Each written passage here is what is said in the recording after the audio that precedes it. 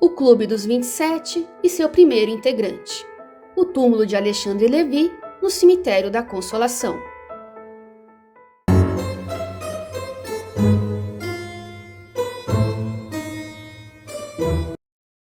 O que Amy Winehouse, Kurt Cobain, Jimi Hendrix e um ilustre residente do Cemitério da Consolação têm em comum? Primeiro, todos eram músicos. Segundo, todos estão mortos. Terceiro, todos morreram aos 27 anos.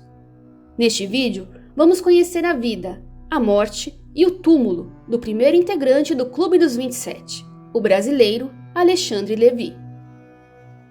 O Clube dos 27. Um estranho fato liga vários astros da música: a morte inesperada aos 27 anos. E as explicações para este singular acontecimento são igualmente interessantes. Desde a simples coincidência, passando pelo estilo de vida, teorias da conspiração e até questões sobrenaturais. Amy Winehouse foi encontrada morta em sua casa em 23 de julho de 2011. Após um período de abstinência, a cantora teria abusado da ingestão de bebidas alcoólicas. Kurt Cobain se matou com um tiro na cabeça em 5 de abril de 1994. Jim Morrison foi encontrado morto na banheira de seu apartamento, em Paris, em 3 de julho de 1971. Não houve autópsia. Janis Joplin faleceu em 4 de outubro de 1970, vítima de uma overdose de heroína aliada ao consumo de álcool. Jimi Hendrix foi encontrado morto, afogado no próprio vômito, com uma grande quantidade de vinho tinto, em 18 de setembro de 1970. Brian Jones, guitarrista e um dos fundadores dos Rolling Stones, foi encontrado morto em sua piscina, em 3 de julho de 1969. Estes são os artistas mais famosos do Clube dos 27. No falecimento de Amy Winehouse, um anúncio publicitário da revista Billboard ironizou a fatídica marca dos 27 anos. Assim diz a morte. Agora vocês falam de uma maldição dos 27 anos. Misturam teorias conspiratórias, buscam explicações na numerologia, apelam para a astrologia. Então eu levaria Jim Morrison e Jimi Hendrix pelo simples fato de que eles nasceram sob o signo de Sagitário. Poupem-me. E agora vocês lamentam pela Amy. Fazem novas conjecturas com 27. Uma explicação. Ela era simplesmente muito talentosa. Você não escolhe o seu playlist? Eu também. Encerrando. Não me importa 27 ou 42. Você em suas crenças não se tocou que Peter Tosh e Elvis morreram com 42. Ceifar é o meu trabalho, apenas. A lista do Clube dos 27 é mais extensa do que você pensa, contando com mais de 50 artistas. E não apenas astros do rock fazem parte do clube. Robert Johnson foi um dos maiores músicos de blues de todos os tempos. Faleceu em 16 de agosto de 1938, e as causas são misteriosas, variando entre uísque envenenado, sífilis, assassinato com arma de fogo e até pacto com o diabo. Fala-se que Robert Johnson vendeu a alma ao capiroto em uma encruzilhada, entre as rodovias 61 e 49, em Clarksdale, Mississippi, em troca de talento e sucesso. Louis Chauvin era músico de ragtime. Morreu em 26 de março de 1908, devido a uma esclerose múltipla, provavelmente sifilítica. E finalmente chegamos ao primeiro integrante do Clube dos 27, o brasileiro Alexandre Lévy. A página do Facebook, The Forever 27 Club, assim informa sobre Alexandre Lévy. O brasileiro Alexandre Lévy é o primeiríssimo membro do Clube dos 27. O compositor, nascido em São Paulo, foi um pioneiro no nacionalismo musical brasileiro, fundindo composição clássica com música popular brasileira, mas faleceu misteriosamente em 1892. Ele não sofria de nenhuma doença conhecida, e os detalhes de sua morte nunca foram divulgados. Na verdade, existem duas causas documentadas para a morte de Alexandre Lévy, que iremos debater neste vídeo. Mas antes de falar sobre sua morte, vamos falar sobre sua vida. A vida de Alexandre Lévy. Alexandre Lévy era filho do imigrante francês Henri-Louis Lévy, de origem judaica. Ele veio para o Brasil em 1848, com 19 anos, e começou a comercializar joias oriundas da França como vendedor ambulante. Henrique, nome aportuguesado pelo qual seria conhecido no Brasil, era músico e tocava clarinete. Segundo o site Acervo Lévy, administrado por descendentes da família, em São Paulo, Henrique Louis Lévy casou-se com Laurette Chassot, suíça que administrava uma casa de chá. A partir desse encontro, unem café, joias e, cada vez mais, música em suas atividades comerciais. Dessa união, nascem 4 filhos: Luiz, Alexandre, Paulina e Maurício. Em 1860, Henrique abre a Casa Lévy, que funciona até hoje na capital paulista. Seu local original era na rua 15 de Novembro, centro da cidade. A Casa Lévy já esteve localizada na rua Barão de Itapetininga e na Rua da Consolação. Desde 1994, a Casa Lévy está na Vila Madalena. Em 10 de novembro de 1864, nasceu Alexandre Lévy. O registro de batismo na Igreja Católica data de 25 de agosto de 1867, na paróquia Nossa Senhora da Assunção, em São Paulo. Desde tenra idade, Alexandre tocava piano e já se apresentava publicamente na infância, ao lado do irmão Luiz. O músico Cardoso de Menezes assim descreveu Alexandre Lévy no Correio Paulistano. De Alexandre Lévy, dizia eu nessa carta, que ele se me afigurava Mozart redivivo, e de seu irmão Luiz, que havia de ser um virtuoso e notável.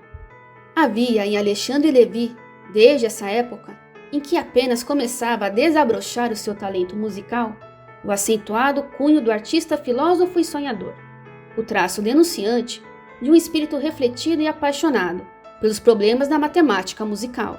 Seu temperamento era, na aparência, frio e calmo. No seu olhar iluminado pelos fulgores da idade infantil, transpareciam no mesmo tempo a doce melancolia dos poetas e a profunda expressão dos pensadores. Ele era uma criança com adoráveis aparências de velho. Em 1872, quando Alexandre tinha apenas 8 anos, o Correio Paulistano anunciava: dá-se amanhã em Campinas um concerto, em que tomam parte distintos professores de música. Vai em benefício da Excelentíssima Senhora Dona Joaquina Santana Gomes, irmã de Carlos Gomes e notabilíssima pianista. Entre os hábeis professores de Campinas, conta-se o muito conhecido e distinto amador residente nesta capital, Sr. Henrique Louis Lévy, e seus 2 filhos, os meninos Luiz e Alexandre Lévy. Deve ser uma festa artística digna de ser assistida. Nos anos seguintes, Alexandre e Luiz se apresentaram em vários espetáculos, até com caráter beneficente, como vemos neste programa, em favor dos variolosos indigentes desta capital. E Alexandre foi além. Tornou-se também compositor, maestro e fomentador da música no Brasil. A Gazeta de Notícias, em 1890, fez a seguinte biografia. Alexandre Lévy nasceu na capital de São Paulo, onde há poucos anos fundou o Clube Haydn. É filho de franceses de uma família de artistas. Seu pai, o velho Lévy, é respeitado naquela cidade pela sua competência em matéria musical. Seu irmão Luiz é pianista corretíssimo e do seu talento de compositor tem já dado mais de uma brilhante prova. Alexandre recebeu lições de Massenet e de quem bem aproveitou o ensinamento do mestre glorioso. Deu ontem atestado ao público fluminense com seu samba, vazado no mesmo molde descritivo e apaixonado da suíte d'orchestre do grande compositor francês. Alexandre Lévy compôs para orquestra, piano e música de câmara e vocal, se destacando entre suas composições o já mencionado samba e também variações sobre um tema popular brasileiro, tango brasileiro e suíte brasileira, entre outras. Foi um dos primeiros a adotar o nacionalismo musical no Brasil, com o uso de temas do nosso folclore e do cotidiano urbano e rural. Suas primeiras composições datam de 1880, quando tinha apenas 16 anos. Ele teve suas composições para piano editadas na Europa e chegou a tocar com o irmão em Buenos Aires em 1882. Em 1883, é fundado o já citado Clube Haydn, sendo Alexandre seu diretor de concertos. É no Clube Haydn que ele faz a sua primeira regência, em 1885. Em 1887, Alexandre Levy foi aperfeiçoar seus estudos em Paris, voltando para o Brasil no final do mesmo ano. Utilizando o pseudônimo de Figarotti, ele ainda escrevia como crítico musical para os jornais Província de São Paulo e Correio Paulistano. Selecionei uma crônica dele sobre o polêmico Hino da Proclamação da República no Correio Paulistano. Vamos lembrar que a República Brasileira era extremamente jovem nessa época, e os militares no poder queriam revestir a pátria com novos símbolos nacionais. Surgiu então um concurso para compor um novo hino para o Brasil, em janeiro de 1890. Mas a ideia não vingou, e o hino vencedor do concurso, com letra de Medeiros e Albuquerque e música de Leopoldo Miguez, ficou com o prêmio de consolação como sendo o hino da Proclamação da República. Vamos a algumas palavras de Alexandre Levy, ou melhor, de Figarotti, publicadas em 2 de março de 1890. Na nossa adorável boemia musical, existem compositores para todos os paladares, bons, maus e alguns mesmo que mais entendem de sapataria que da arte musical. O coitado do hino já se vê, teve de ser alvo de todo o ódio e de toda a bilis dos exilados. Foi examinado com auxílio do microscópio, analisado e autopsiado, sendo por último sentenciado. Chão, banal, sem ideia, pobre, plagiado e sujo. Figarotti não dirá, como crítico do Jornal do Comércio, que o hino do maestro Miguez poderá ombrear com o hino austríaco de Haydn. É esta uma proposição ousada, uma apreciação por demais hiperbólica. Reconhecendo, porém, valor na composição do maestro brasileiro, não o consideramos isento de senões, sobressaindo entre eles o grandíssimo defeito de sua pouca ou nenhuma probabilidade de popularizar-se, visto ser o seu canto de difícil percepção, e não ter o hino melodia fácil e espontânea, para o público poder decorá-la em 2 ou 3 audições. E para que não me presenteiem com algum epíteto de pretensioso profetizador, tomarei como único juiz competente neste caso o tempo, que confirmará mais uma vez e de modo peremptório a opinião que enuncio, levada unicamente pela consciência. Já se passaram mais de 130 anos desta crônica, e pergunto a você, Figarotti estava certo? Você se lembra do hino da Proclamação da República? As composições e as críticas musicais de Alexandre Levy permaneceram como um legado do seu talento e visão artística.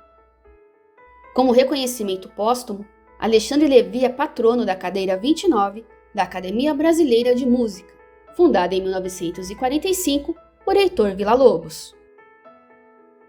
A morte de Alexandre Levy. Alexandre Levy faleceu em 17 de janeiro de 1892, aos 27 anos, em São Paulo. O jornal O Tempo fez uma pequena nota sobre o falecimento. Faleceu hoje, repentinamente, às 4 horas da tarde, o maestrino Alexandre Levy, autor do samba e de outras composições apreciadas. Sua morte tem sido sentidíssima. Já o Correio Paulistano fornece mais informações. Fomos anteontem dolorosamente surpreendidos com a notícia da morte de Alexandre Levy, o talentoso e estimadíssimo virtuoso paulista. Tinha 27 anos, pouco mais ou menos, e faleceu de uma congestão cerebral. Uma pausa na reportagem para explicar a congestão cerebral. Trata-se do aumento do sangue contido nos vasos do encéfalo. Como não sou profissional de saúde, não tenho como analisar profundamente a informação a seguir, mas acredito que possa tirar a curiosidade sobre as causas da congestão cerebral. Pode ser causado por uma emoção forte, trabalho mental excessivo, doenças febris ou alguma doença infecciosa de tipo grave. A congestão cerebral pode ser permanente ou passageira, em função do que a produza. A pessoa que sofre de congestão tem dor de cabeça, sensação de peso, vertigens, desmaios, zumbidos, brilhos oculares, sonolência ou insônia, envermelhecimento facial súbito ou palidez extrema, intestino preso ou convulsões, entre outros sintomas. Se você é da área da saúde, por favor, fique à vontade nos comentários para nos explicar sobre congestão cerebral. Será que o intenso trabalho mental e criativo de Alexandre Lévy o teria levado à morte? Uma causa-mortis diferente foi dada no registro de sepultamento. Este achado importantíssimo é do Felipe, do perfil Crônicas Tumulares no Instagram. Este é o registro de sepultamento. Alexandre. Aos 18 dias do mês de janeiro 1892, sepultou-se em terreno perpétuo, à Rua 23, lado esquerdo, número 22, o cadáver de Alexandre Lévy, com 25 anos, brasileiro, solteiro. Faleceu ontem, às 4 horas da tarde, de síncope cardíaca. Atestado do Sr. Ferreira Barbosa. É o que certificou o escrivão de polícia, Freguesia da Sé, Ezequiel Guimarães. São Paulo, 18 de janeiro de 1892. Síncope é um desmaio. A síncope cardíaca pode ser causada por arritmia grave do coração e cardiopatias, como problemas nas válvulas, coração dilatado, entre outras doenças. Voltando à reportagem do Correio Paulistano, ao meio-dia, da chácara onde residia com seu velho pai e excelentíssima família, saiu o cortejo fúnebre de Alexandre Lévy. Compunha-se de cerca de 60 carros. No dia 20 de janeiro de 1892, a família publicou um agradecimento no Correio Paulistano. Henrique Luiz Lévy e família agradecem cordialmente a todas as pessoas que espontânea e sinceramente, magoadas pelo falecimento de seu extremoso filho e irmão, Alexandre Lévy, se dignaram tomar parte no enterro e prestaram à sua memória as homenagens próprias de uma ocasião tão triste e desesperadora. A todos, pois, uma eterna gratidão. No dia seguinte era anunciada, no mesmo jornal, a missa de 7º dia. Henrique Luiz Lévy, sua mulher e filhos, convidam aos seus parentes e amigos para assistirem à missa de 7º dia, que mandam celebrar por alma de seu extremoso filho e irmão, Alexandre Lévy, na Sé Catedral, sábado, 23 do corrente, às 8 horas da manhã. E por este ato de religião e caridade, antecipadamente se confessam gratos. Sobre a missa de 7º dia, o país noticiou. Realizou-se anteontem na Sé Catedral de São Paulo a missa de 7º dia em sufrágio da alma de Alexandre Lévy. Muitas famílias e cavalheiros estiveram presentes ao religioso ato. O presidente do Estado, Dr. Cerqueira César, professores de música, amigos particulares e admiradores do ilustre maestro, glória e honra da arte musical no Brasil. Vale ressaltar que a missa de 7º dia se deu na antiga Catedral da Sé, que vemos à direita nesta foto de Mark Ferraz. Essa estrutura foi demolida e a Catedral da Sé que conhecemos hoje começou a ser construída em 1913. A primeira parte da nova catedral a ficar pronta foi a cripta, em 1919, e já contamos essa história em outro vídeo aqui no canal. No mesmo dia da missa de 7º dia, o Correio Paulistano publicou um texto de Francisco de Assis Pacheco, também músico. Após escrever sobre a biografia e o talento de Alexandre Lévy, Assis Pacheco assume um tom mais pessoal. Fui vítima de uma injustiça dele. Julgou-me autor de atos e fatos contra si, contra os seus.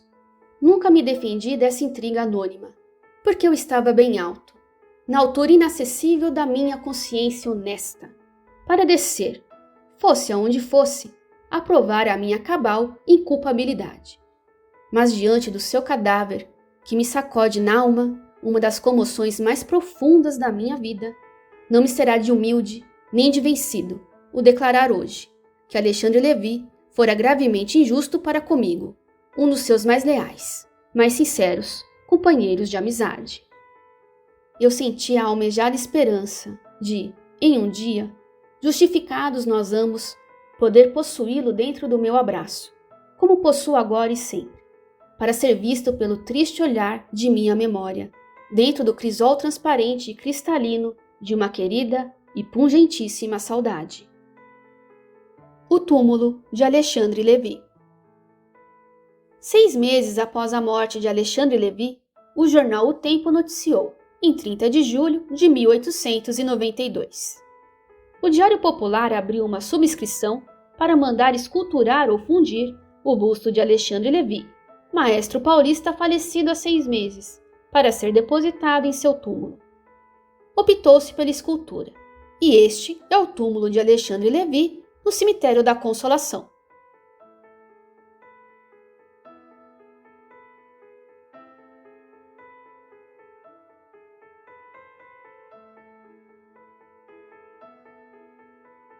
O objeto de destaque do túmulo é o busto de Alexandre, belamente esculpido com um ramo de louro de um lado. O louro é associado à vitória. No caso tumular, é a vitória da vida eterna sobre a morte. Na partitura abaixo do rosto, temos os títulos de algumas composições suas. Na parte superior estão alguns instrumentos musicais. A lira, o clarinete, que o pai dele tocava, e o violino, além de uma partitura. Vemos também a concha, um símbolo muito presente na arte, inclusive na arte tumular. A concha simboliza a sorte e a fecundidade, sendo associada à deusa Vênus. Por isso, ela está presente na famosa pintura O Nascimento de Vênus, de Sandro Botticelli. A concha também simboliza a peregrinação e, na arte tumular, a viagem da alma. Por exemplo, a concha de Vieira é um símbolo do Caminho de Santiago. No curso de arte tumular, com a professora Vanessa Bortolucci, no Museu de Arte Sacra de São Paulo, aprendi também que a concha, ao mesmo tempo que simboliza a prosperidade, também simboliza a ideia de morte, mas no sentido de renovação das gerações, devido à morte das gerações anteriores. E me permitam dar 2 visões minhas sobre a concha. Por ser um invólucro com algo dentro, a pérola, para mim, a concha também pode ser vista como uma metáfora do caixão. Neste caso específico, por se tratar de um músico, eu associo esta concha ainda à concha acústica, que ajuda a propagar o som da música. Repousa ainda, na parte inferior do túmulo, uma coroa de flores. Por seu formato circular, a coroa simboliza o círculo da vida. No site Acervo Lévy, temos algumas imagens antigas do túmulo. Nesta foto, que é a mais antiga do túmulo no Acervo Lévy, vemos que esta parte do Cemitério da Consolação ainda não tinha os mausoléus que tem hoje. Na área atrás do túmulo, temos uma quadra geral, ou como era chamada antigamente, quadra comum. Nesta foto, que está no Acervo Lévy como sendo do centenário de Alexandre, portanto, de 1964, podemos ver também como mudou essa área do Cemitério da Consolação, com os mausoléus que temos atualmente. Nesta foto, vemos o acréscimo de 2 estruturas ao lado do túmulo original. E mais recente, temos uma estrutura única em granito. Nota-se que o portão original foi substituído, provavelmente devido a um furto. O túmulo de Alexandre e da família Lévy encontra-se sempre muito bem preservado. Este vídeo está sendo publicado propositadamente no dia 17 de janeiro de 2022, no aniversário de morte de Alexandre Lévy. São exatos 130 anos desde o seu falecimento, em 17 de janeiro de 1892. Esperamos que esta singela homenagem ajude a perpetuar seu talento e sua memória para as novas gerações de brasileiros do século XXI.